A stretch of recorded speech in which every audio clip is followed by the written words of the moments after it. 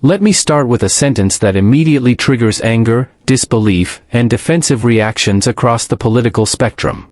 If you make less than roughly $140,000 a year, there is a real and meaningful sense in which you are already living below the functional poverty line in the United States. Not starving poverty. Not homeless poverty.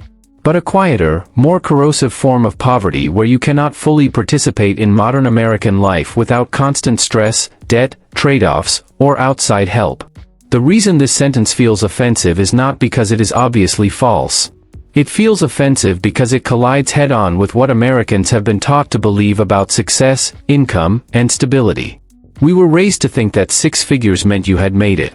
We were told that if you worked hard, stayed out of trouble, and played by the rules, financial security would eventually follow.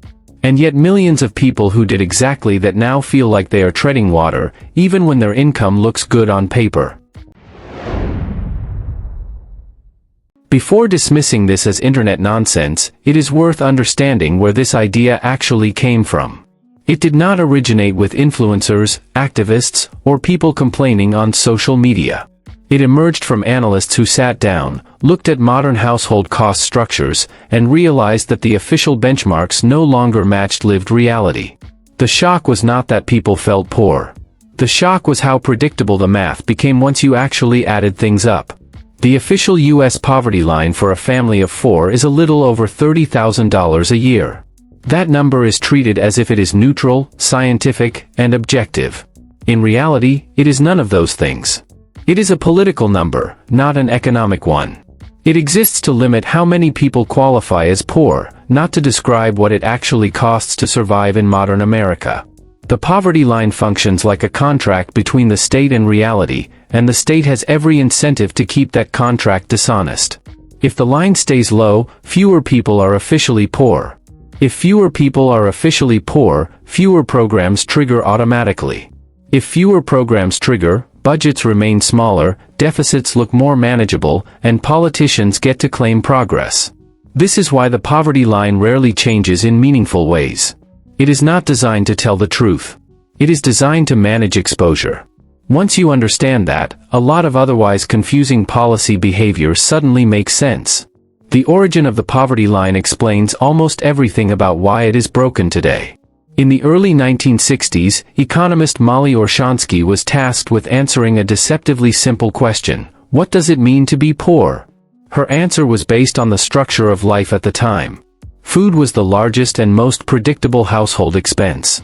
If you knew the minimum cost of feeding a family of 4, you could multiply it to estimate the rest of their needs. At the time, this logic worked. One income could often support a family. Housing was cheap relative to income. Healthcare was commonly covered by employers. Childcare was unpaid labor done at home. Debt levels were low. Insurance was limited. The formula fit the world it described. The problem is not that this formula was stupid. The problem is that it was never fundamentally updated. Instead of revisiting the assumptions behind the poverty line, policymakers simply adjusted the number for inflation year after year. A 1960s framework was dragged into the 2020s with nothing more than a price level update. The structure stayed frozen while the economy transformed completely. In the 1960s, food dominated household budgets and housing was secondary. Today, food is one of the smallest spending categories for most families, while housing is the single largest burden. Healthcare costs exploded. Childcare became equivalent to a second mortgage. Transportation became mandatory. Insurance became unavoidable. Student debt became normalized. Taxes quietly shifted upward for the middle of the income distribution.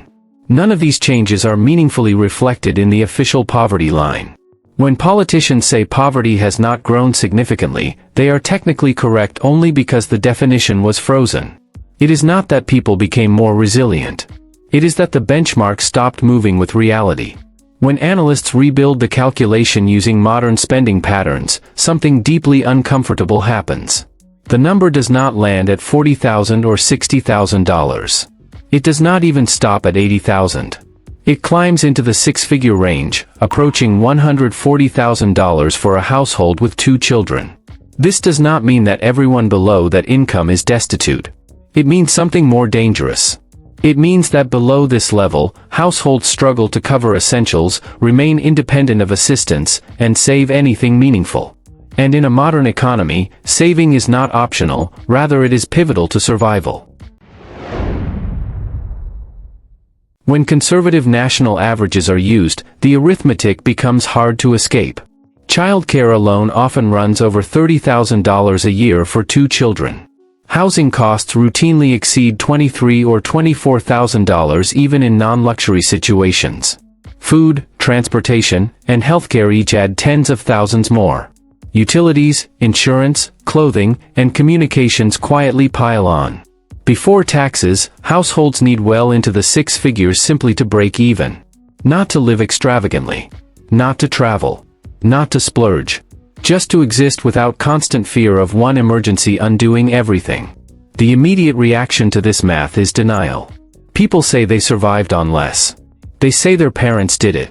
They say families just need to budget better. And some of that is true in isolated cases. But denial collapses when you zoom out. 2 incomes are now mandatory. People delay or abandon having children. Credit card debt keeps hitting record highs. Savings rates remain fragile. People making $100,000 say they feel broke, and they are not lying. This is not about laziness. It is not about entitlement. It is about a cost structure that no longer aligns with income expectations built decades ago. Updating the poverty line would instantly redefine reality. Tens of millions of Americans would become officially poor overnight. Government obligations would explode. The middle class would shrink dramatically on paper. Decades of political storytelling would collapse. That is why the benchmark remains frozen. Not because the data is unclear, but because the truth is politically radioactive. When people feel constant financial pressure but are told the economy is strong, wages are rising, and inflation is under control, they do not feel reassured. They feel gaslit. People do not need spreadsheets to know when the math does not work. They feel it when paychecks disappear instantly, when savings never recover, when one medical bill erases years of discipline. When official narratives contradict lived experience long enough, trust collapses. This is not because people are stupid. It is because they are responding rationally to false benchmarks. The real danger here is not whether the true poverty line is $130,000 or $150,000. The danger is that society is operating with measurement tools that no longer describe reality. When measurement fails, policy fails. When policy fails, legitimacy erodes. This is not just an economic problem. It is a trust problem. And once trust breaks, everything downstream starts to wobble. Once that gap opens between lived reality and official narrative, people stop believing the story entirely. And when people stop believing the story, they do not just disengage from economics.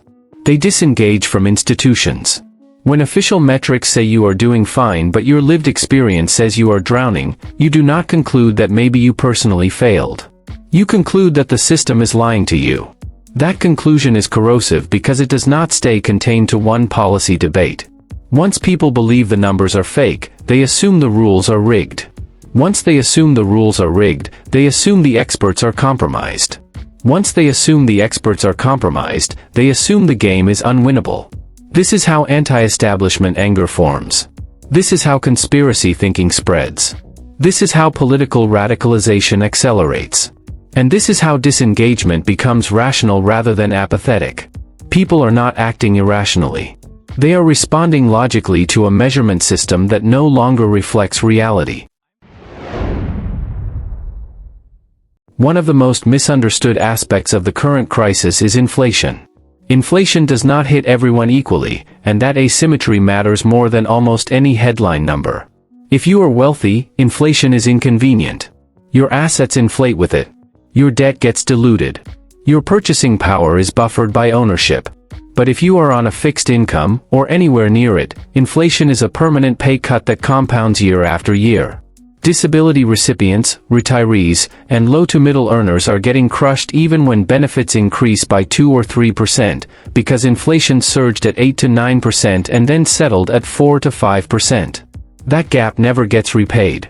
It simply becomes the new baseline. The damage is cumulative, not temporary. This is why so many people feel poorer even when inflation headlines claim improvement. Their lost ground was never restored. The cruelty of this system becomes obvious once you look at how assistance programs are structured. Almost every major U.S. support program is tied to the official poverty line. Food assistance, housing support, school lunches, healthcare subsidies, and energy aid all rely on a benchmark that we already know is fictional. The result is a massive dead zone.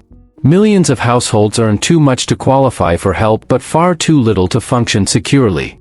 They are one car repair, one illness, or one rent increase away from collapse. This is not a safety net. It is a trapdoor. And people living in that zone know it. Over time, America did not just undercount poverty. It redefined the middle class downward to avoid admitting failure. 50 years ago, being middle class meant one income, home ownership, children, healthcare, and savings. It meant stability. Today, the term is used to describe households that survive on two incomes, rent indefinitely, delay children, carry persistent debt, and hope nothing goes wrong. That is not upward mobility. That is normalization of decline. And once decline is normalized, people stop expecting better outcomes for their children. That is where the real damage begins. The reason the $140,000 number makes people furious is because it collides with a cultural myth that 6 figures equals success. That belief is outdated. In many metropolitan areas, incomes between $100,000 and $120,000 are no longer comfortable. They represent fragile stability at best. The anger is not really about the number. It is about the realization that the ladder moved and nobody told you. People did not fail to climb. The rung disappeared. Once you zoom out, the current political chaos starts to make sense. You have millions of people working full-time and still struggling. You have official data insisting things are fine. You have politicians arguing over culture war symbolism instead of balance sheets. And you have media narratives obsessed with vibes rather than structure. Societies do not fracture because people are poor.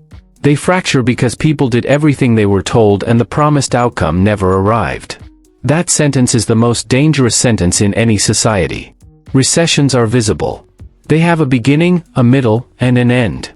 This crisis is slow, invisible, and corrosive. It erodes economic faith, social cohesion, and generational continuity at the same time. When young people stop believing that effort leads to stability, they do not just disengage economically. They disengage socially. They delay marriage. They avoid children. They avoid commitment. They stop planning. That is not just an economic problem. That is a civilizational one. America does not have a poverty problem in the narrow sense. It has a measurement honesty problem. Survival costs have fundamentally changed. Old benchmarks are no longer true. Policy built on false numbers cannot work. You cannot fix a system by telling people they are imagining their pain. You fix it by measuring reality honestly, even when the result is politically terrifying.